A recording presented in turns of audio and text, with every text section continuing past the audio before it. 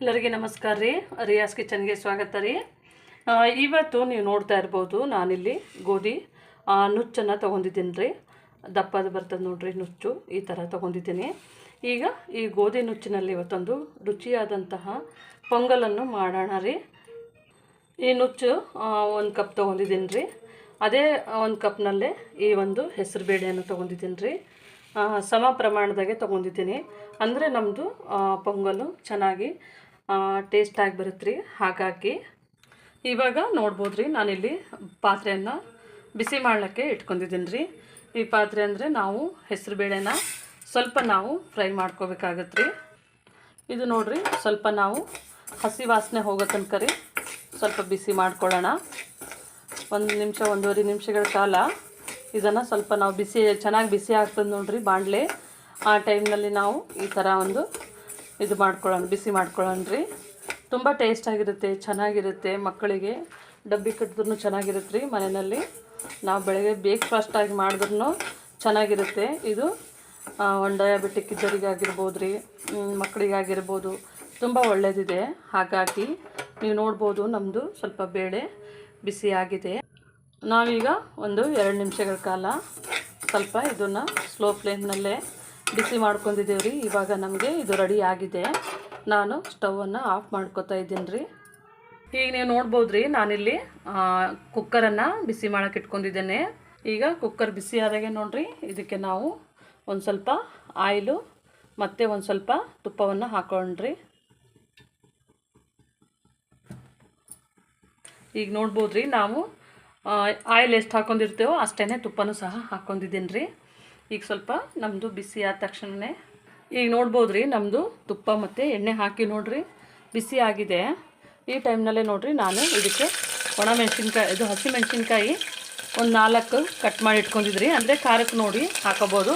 ಸ್ವಲ್ಪ ಕರಿಬೇವು ಸೊಪ್ಪನ್ನು ಸಹ ಹಾಕ್ಕೊಂಡಿದ್ದೀನಿ ರೀ. ಮತ್ತು ಇದಕ್ಕೆ ನೋಡಿರಿ, ಇವಾಗ ಗೋಡಂಬಿ ಹಾಕೋತಾ ಇದ್ದೀನಿ. ಒಂದು 15-20 ಗೋಡಂಬಿಯನ್ನು ಈ ಥರ ಹಾಕೋತಾ ಇದ್ದೀನಿ.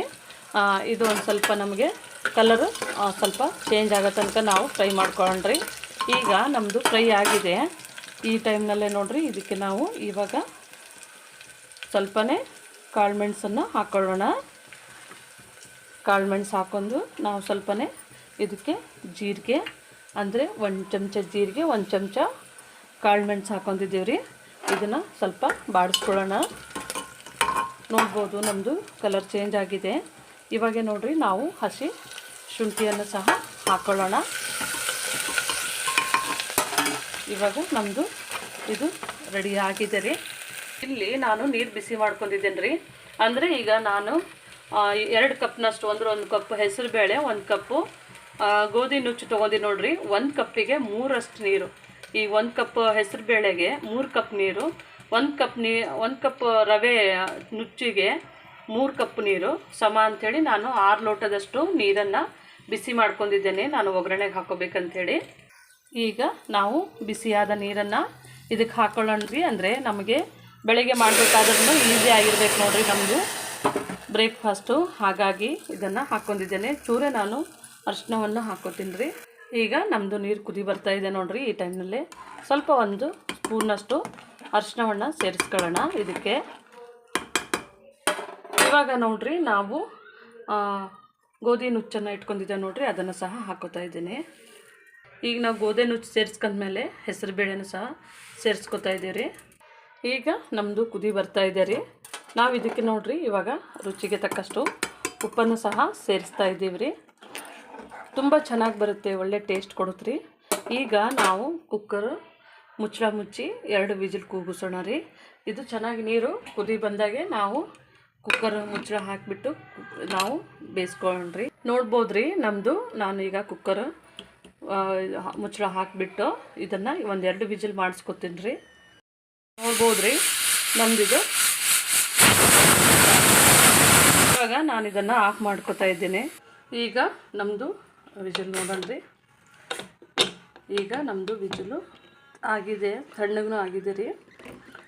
ಇವಾಗ ನಾವು ಇದನ್ನು ಕುಕ್ಕರ್ ಓಪನ್ ಮಾಡೋಣ. ಈಗ ನೋಡ್ಬೋದು ನೀವು, ನಮ್ಮದು ಪೊಂಗಲ್ಲು ರೆಡಿ ಆಗಿದೆ ರೀ. ತುಂಬ ಚೆನ್ನಾಗಿ ಬಂದಿದೆ ನೋಡಿರಿ. ಇಷ್ಟು ಚೆನ್ನಾಗಿ ನಮ್ಮದು ಹೆಸರುಬೇಳೆ ಆಗಿರ್ಬೋದು ಇದಾಗಿರ್ಬೋದು. ಸ್ವಲ್ಪ ನಿಮಗೆ ನೀರು ಕಮ್ಮಿ ಅನ್ನಿಸಿದ್ರೆ ಕಾಯಿಸಿ ನೀರು ಹಾಕೋಬೋದು ರೀ. ಈಗ ನೋಡ್ಬೋದು ರೀ ನಮ್ಮದಿದು ಬೇಯ್ತಾ ಇದೆ. ನಾವು ಈ ಟೈಮ್ನಲ್ಲೇ ನೋಡಿರಿ ಒಂಚೂರು ಕಾಯಿ ತುರಿ, ಇದು ಆಪ್ಷನ್ನು, ನೀವು ಕಾಯಿ ತುರಿ ಬೇಕಿದ್ದರೆ ಹಾಕೋಬೋದು, ಇಲ್ಲ ಅಂತಂದರೆ ಸ್ಕಿಪ್ ಮಾಡ್ಬೋದು. ನಾನಿದು ಕಾಯಿ ತುರಿ ಯಾಕೆ ಹಾಕ್ತಾಯಿದ್ದೀನಂತೆ ಮತ್ತು ಸ್ವಲ್ಪ ಹೆಲ್ದಿಯಾಗಿ ಮತ್ತು ಟೇಸ್ಟ್ ಆಗಿರ್ಬೇಕು ನೋಡಿರಿ, ಹಾಗಾಗಿ ಕೊನೆಯದಾಗಿ ಸ್ವಲ್ಪ ಕೊತ್ತಂಬರಿ ಸೊಪ್ಪನ್ನು ಹಾಕ್ತಾಯಿದ್ದೀನಿ ರೀ. ಇದು ಒಳ್ಳೆ ಟೇಸ್ಟ್ ಕೊಡುತ್ತೆ. ಇದು ತುಂಬ ಚೆನ್ನಾಗಿ ಒಳ್ಳೆ ರುಚಿಕರವಾದಂಥ ಒಂದು ಪೊಂಗಲ್ ಇದೆ ರೀ. ನೀವು ಮನೆಯಲ್ಲಿ ಒಂದು ಸತಿ ಮಾಡಿ ನೋಡಿರಿ, ನಿಮಗೆ ಗೊತ್ತಾಗುತ್ತೆ. ಮಾಡಿ ನೋಡಿ ನಮಗೆ ಕಮೆಂಟ್ ಮಾಡಿ ಹೇಳಿ. ತುಂಬ ಟೇಸ್ಟ್ ಆದಂಥ ಒಂದು ಪೊಂಗಲ್ಲು ನೋಡ್ಬೋದು ನೀವು. ಮಕ್ಕಳಿಗೆ ಮತ್ತು ಏಜ್ ಆದವರಿಗೆ ತುಂಬ ಒಂದು ರುಚಿಯಾದಂಥ ಪೊಂಗಲ್ಲು ನೋಡ್ಬೋದು ನೀವು. ನಮ್ಮ ಚಾನಲನ್ನು ಸಬ್ಸ್ಕ್ರೈಬ್ ಮಾಡಿ, ಲೈಕ್ ಮಾಡಿ, ಶೇರ್ ಮಾಡಿ. ನಮ್ಮ ವಿಡಿಯೋನ ನೋಡಿದ್ದಕ್ಕಾಗಿ ಧನ್ಯವಾದಗಳು.